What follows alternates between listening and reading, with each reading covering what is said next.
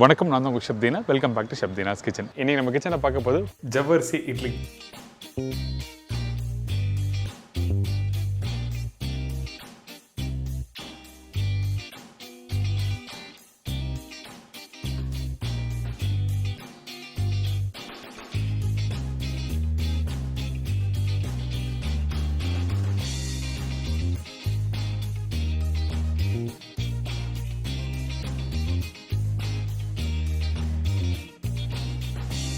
இதோட முருங்கைக்கீரை சாம்பார் எப்படி பண்ணுறது பார்க்க போகிறோம். தோரம்பருப்பு, பாசிப்பருப்பு எந்த அளவுக்கு போடணும், அதே டைமில் இந்த முருங்கைக்கீரை போட்டோன்னே எவ்வளோ நேரம் குக் பண்ணணும்னு சொல்லிட்டு தெளிவாக வீடியோவில் கொடுத்துருக்கேன். கண்டிப்பாக ட்ரை பண்ணி பாருங்கள். இப்போ இந்த ரெசிபிக்கு தேவையான பொருட்கள் பார்த்தலாமா? ஜவ்வரிசி இட்லிக்கு தேவையான பொருட்கள்: ஜவ்வரிசி 100 கிராம், ரவை 200 கிராம், தயிர் 250 ml, முந்திரி பருப்பு 10 நம்பர், பச்சை மிளகாய் 1 நம்பர், பெருங்காயம் 1/4 டீஸ்பூன், கருவேப்பிலை தேவையான அளவு, கொத்தமல்லி தேவையான அளவு, குக்கிங் சோடா 1/4 டீஸ்பூன், கடுகு தாளிப்புக்கு தேவையான அளவு, உப்பு தேவைக்கேற்ற, ஆயில் 2 டேபிள் ஸ்பூன். இதாங்க இந்த ப்ரிப்பரேஷன் தேவையான பொருட்கள். ஜவ்வரிசி இட்லி பண்ண போகிறோம்னு சொன்னோம் பார்த்தீங்களா? இந்த ஜவ்வரிசியை எந்தளவுக்கு நல்லா ஊறுதோ அந்தளவுக்கு நல்லா சாஃப்டாக வரும். அதனால் 1 கப் அளவுக்கு ஜவ்வரிசி போட்டிருக்கோம். அதுக்கு பிறகு ரவை.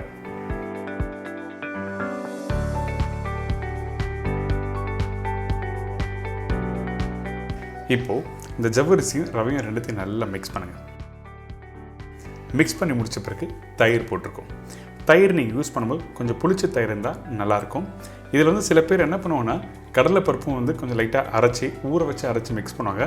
ஆனால் அப்படிலாம் பண்ண வேண்டியதில்லை. சிம்பிள் ஸ்டைலில் இன்றைக்கி எப்படி பண்ணுறது உங்களுக்கு சொல்லி தரப்போகிறேன். இன்றைக்கி இந்த ஜவ்வரிசி, ரவை, தயிர் இதெல்லாம் கொஞ்சம் மிக்ஸ் பண்ணி முடித்த பிறகு தேவையான அளவுக்கு தண்ணி போட்டு நல்லா மிக்ஸ் பண்ணுறேங்க.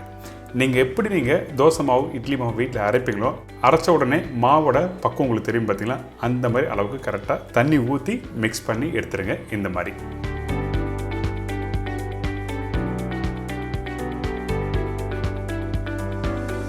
இதுக்கு பிறகு இந்த மாவை ஓவர் நைட்டில் அப்படியே ஊற வச்சுருங்க. ஊற வச்சு எடுத்திங்கன்னா இந்த மாதிரி டெக்ஸ்டரில் இருக்கும்.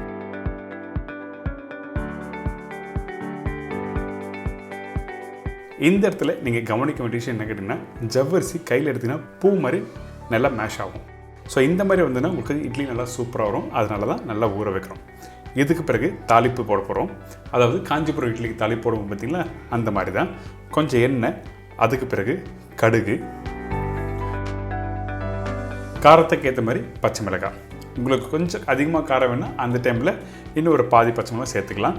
பொடிசா கட் பண்ணி வச்சுருக்க கருவேப்பிலை, முந்திரி பருப்பு கொஞ்சம் லைட்டாக வறுத்துட்டு, இந்த இடத்துல நீங்கள் விருப்பப்பட்டீங்கன்னா எதனா ஒரு வெஜிடபிள்ஸ் ஆட் பண்ணிக்கலாம். எக்ஸாம்பிளுக்கு கேரட், இந்த மாதிரி காய்கறி நீங்கள் போட்டு ஜஸ்ட் லைட்டாக டாஸ் பண்ணிவிட்டு, அதுக்கு பிறகு ஏற்கனவே ரெடி பண்ணி வச்சுருக்க அந்த ஜவ்வரிசி ரவையில் தாளிச்சதை கொட்டிடுறோம். அதுக்கு பிறகு கொஞ்சமாக இந்த குக்கிங் சோடா. இந்த குக்கிங் சோடா எதுக்காக போகிறோன்னா, கொஞ்சம் சாஃப்ட்னஸ் கொடுக்கும். அதனால குக்கிங் சோடா ஆட் பண்ணியிருக்கேன். குக்கிங் சோடா நான் போட மாட்டேன் அப்படின்னு நினச்சின்னா, ஏற்கனவே நம்ம வீட்டில் இருக்க பழைய இட்லி மாவு கொஞ்சம் லைட்டாக மிக்ஸ் பண்ணலாம். மிக்ஸ் பண்ணால் அந்த சாஃப்ட்னஸ் கொடுக்கும். அதுக்கு பிறகு கொத்தமல்லி, உப்பு தேவையான அளவுக்கு போட்டு நல்லா மிக்ஸ் பண்ணுங்கள். இந்த இடத்துல நீங்கள் வீட்டில் இட்லி மாவு ரெடி பண்ணுவீங்க பார்த்தீங்களா? அதாவது புளிச்ச மாவை கரெக்டான டெக்ஸ்டரில் எடுத்துருப்பீங்க பார்த்தீங்களா? அந்த மாதிரி பக்குவத்துக்கு கரெக்டாக மாவு நல்லா மிக்ஸ் பண்ணி எடுத்துங்க. நல்லா மிக்ஸ் பண்ணிட்டு அப்படியே இட்லி சட்டியில் மாவு ஊற்ற வேண்டியதான். உங்களுக்கு கொஞ்சம் கெட்டியாக இருந்தால் மாவு அழுத்தம் கொடுக்கும். அதனால கரெக்டான அளவுக்கு நீங்கள் மிக்ஸ் பண்ணி எடுத்துன்னு சொல்கிறேன்.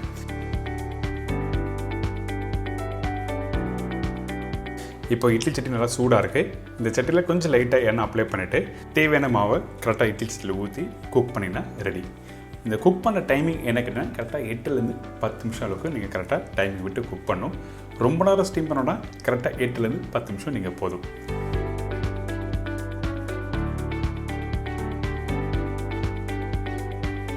இதே மாதிரி தான் இன்னொரு சட்டியும் மாவு ஊற்றி குக் பண்ண போகிறோம்.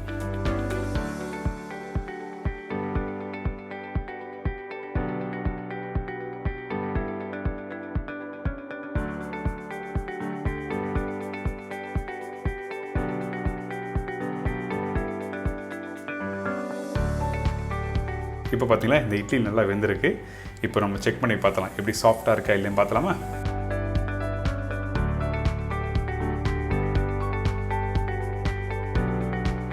இப்போ இந்த இட்லி எடுத்து அப்படியே உடச்சி காமிக்கிறேன் பாருங்கள். ஆஹா, எந்த அளவுக்கு சாஃப்டாக இருக்குது பார்த்தீங்களா? ஜவ்வரிசி ஊற ஊற அந்தளவுக்கு பிரமாதமாக இருக்கும். உங்கள் வீட்டில் ட்ரை பண்ணி பாருங்கள். இந்த மாதிரி ப்ரிப்பரேஷன் நீங்கள் மறக்கவே மாட்டீங்க.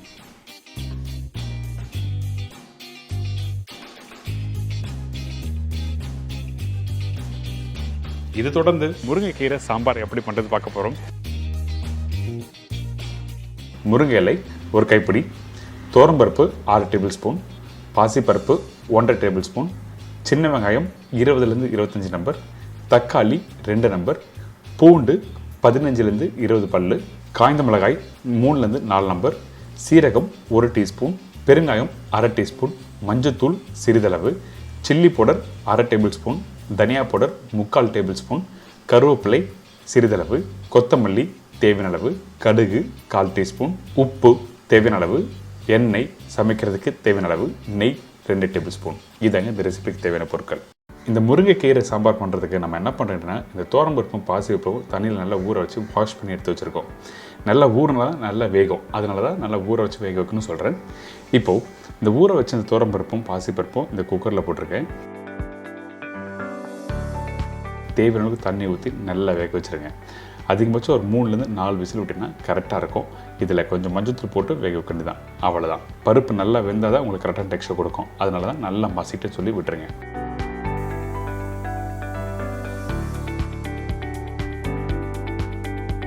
இப்போ ஓப்பன் பண்ணி பார்த்தீங்கன்னா, இப்போ அந்த பருப்பு பார்த்தீங்கன்னா இந்த மாதிரி நல்லா வெந்திருக்கணும்.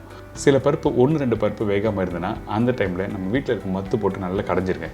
நீங்கள் எப்போ சாம்பார் வீட்டில் பண்ணாலும் கண்டிப்பாக பருப்பு நல்லா மசிஞ்சிருக்கணும். அப்போ தான் கரெக்டான டெக்ஸ்சர் கொடுக்கும். ஏன் கேட்டிங்கன்னா, அந்த சாம்பார் ப்ரிப்பரேஷன் பண்ணும்போது சில பேர் பண்ணும்போது நல்லாயிருக்கும், ஆனால் குக் பண்ணிவிட்டு ஒரு பாத்திரத்தில் மாற்றி வைப்பீங்க பார்த்தீங்கன்னா, அந்த டைமில் மேலே தண்ணி வந்துடும், கீழே பருப்பு கீழே உட்காந்துரும். அதான் விஷயம்.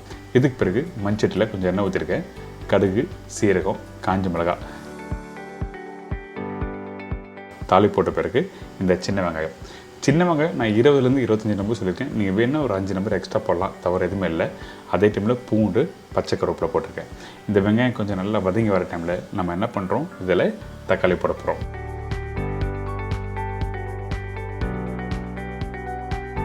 அதே டைமில் இந்த வெங்காயம் ரொம்ப வதங்க வேண்டாம், ஒரு 70% அளவுக்கு வதங்கினா மட்டுமே போதும். அதுக்கு பிறகு தக்காளி போட்டிருக்கேன்.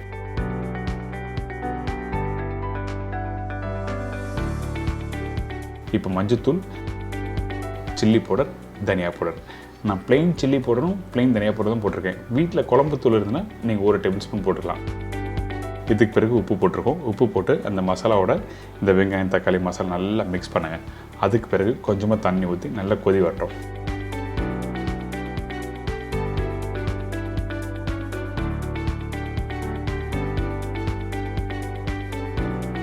அதே டைமில் கொஞ்சம் கொத்தமல்லி போட்டு இந்த மாதிரி கொதித்து வரணும். ஏன் இந்த மாதிரி தண்ணி ஊற்றுன்னு சொல்கிறேன்னா, அந்த மசாலா போட்ட உடனே காரணம் இருக்குது. இங்கே பார்த்தீங்களா, அந்த தக்காளிலாம் நல்லா முழுசாக தெரியுதில்ல, அதனால தான் நம்ம என்ன பண்ணுறோம், மசாலா போட்ட உடனே தண்ணி ஊற்றிருக்கோம். இல்லைன்னா நல்லா வதக்கிட்டோன்னா அந்த தக்காளி வந்து நல்லா மசிஞ்சு போயிடும், அப்புறம் நல்லா இருக்காது. இப்போ நம்ம என்ன பண்ணுறோம், வேக வச்ச அந்த பருப்பும் இதில் ஊற்றி நல்லா மிக்ஸ் பண்ணுறோம். பருப்பு போட்ட பிறகு ரொம்ப நேரம் கொதிக்கக்கூடாது. நீங்கள் வீட்டில் எப்போ சாம்பார் பண்ணாலும் ரொம்ப கவனத்தில் இருக்கணும். மசாலா, புளி தண்ணி எல்லாம் நல்லா கொதித்து வரலாம். ஆனால் பருப்பு போட்ட பிறகு அதிகபட்சம் ஒரு 2 கொதி, அதாவது 2 வாட்டி பாயில் பண்ணிக்கலாம், அவ்வளோதான். இப்போ நம்ம என்ன பண்ணியிருக்கோம், கொஞ்சம் பெருங்காயம் போட்டிருக்கேன்.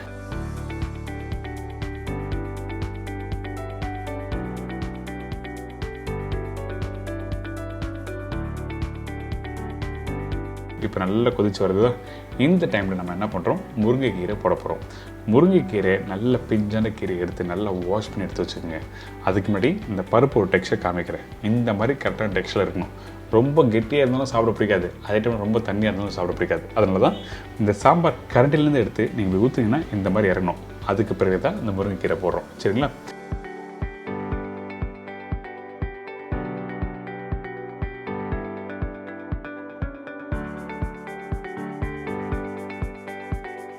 இந்த முருங்கீரை போட்ட உடனே நம்ம என்ன பண்ணுறோம், முக்கியமான ஒரு விஷயம், கீரை போட்டு லைட்டாக கொதி வருது பார்த்திங்களா, அந்த டைமில் உங்கள் ஸ்லோ ஃப்ளேம் வச்சுருங்க.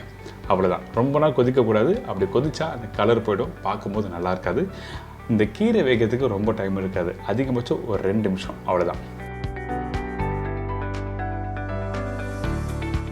இதுக்கப்புறம் நம்ம என்ன பண்ணுறோம், இன்னொரு பேனில் 2 டேபிள் ஸ்பூன் நெய் போட்டிருக்கேன். இந்த நெய் போட்ட பிறகு ஒரு 5 பல்லு பூண்டு எடுத்துக்கோங்க.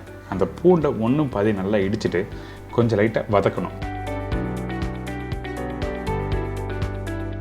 இந்த வதங்கி வர டைமில் கொஞ்சம் சீரகம் பவுடர், அதாவது சீரகம்னா ஃபைன் பவுடரில் அந்த சீரகத்தையும் கொஞ்சம் இடித்த சீரகம் தான் போட்டிருக்கேன். ஒன்றும் பாதி இடித்த சீரகம், அதோட கொஞ்சம் காஞ்ச மிளகாய், கருவேப்பிலை போட்டு ரெடி பண்ணிங்கன்னா இந்த மாதிரி வரும்.